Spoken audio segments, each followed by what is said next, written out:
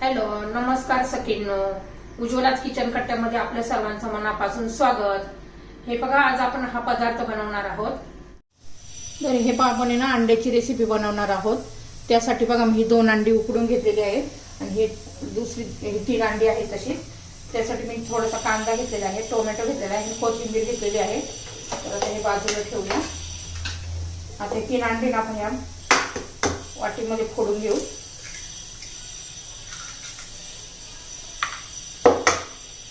तुम्ही अशी ही रेसिपी कधी पाहिली नसेल, वेगळीच अशी आहे आणि खूप छान लागते चवीला पण. तुम्ही नक्की एकदा ट्राय करून पहा.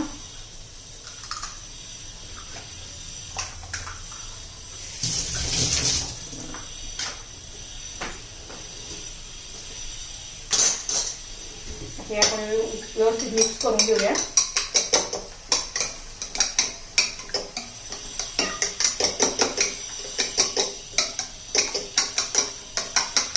हे पहा, व्यवस्थित मिक्स झालेलं आहे. खूप छान असं फेटून घ्यायचं, म्हणजे छान असा कपी असा अंड्याची पोळी तयार होते. पण मी 2 मिनिटं तरी फेटून घेतलेलं आहे.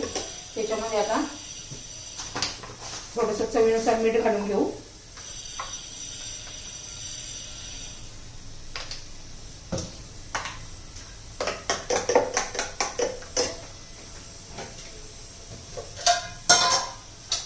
त्याच्यामध्ये थोडंसं लाल तिखट घालायचे, हळद घालायची आणि व्यवस्थित मिक्स करून घेऊ.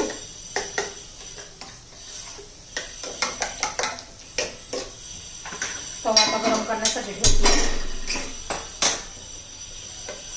याच्यात थोडीशी कोथिंबीर घालून घ्यायची.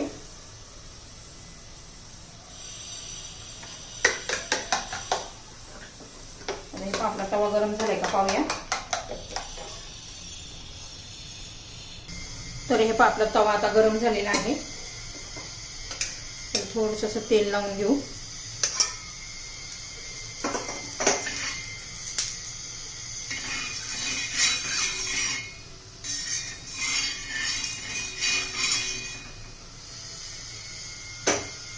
हे अंड्याचं आपलं ओतून घेऊया.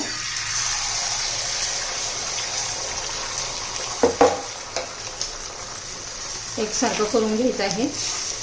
खूप पातळ नाही करायचं आपल्याला.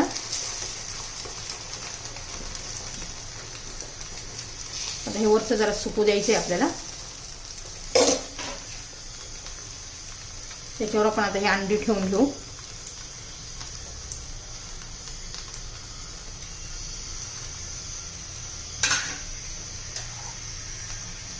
आता त्यावर आपण लाल तिखट अंड्यावर वगैरे असं पसरून घ्यायचंय.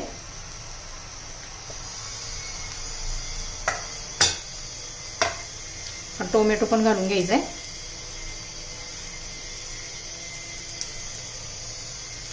कांदा पण घालून घ्यायचा आहे.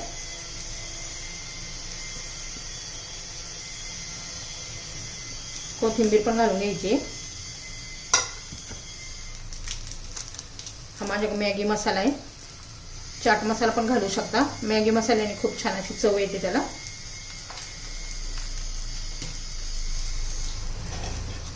आता उरलेला आपण त्याच्यावर घालून घेऊया असं.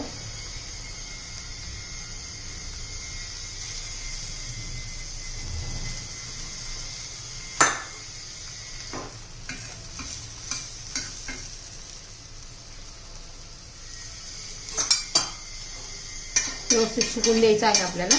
गॅस एकदम मंद करायचा आहे, लो गॅसवर करायचा आहे आपल्याला.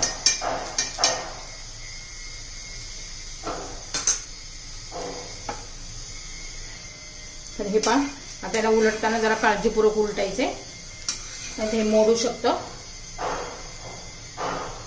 तर हे पहा, मी उलट करून घेतलेलं आहे.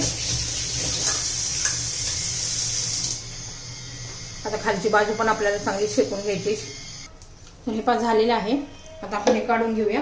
गॅस बंद करतेय.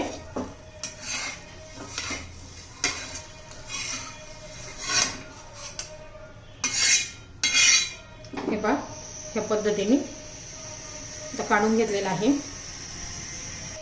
तर पहा, ह्या पद्धतीने आता आपण कट करून घेऊया.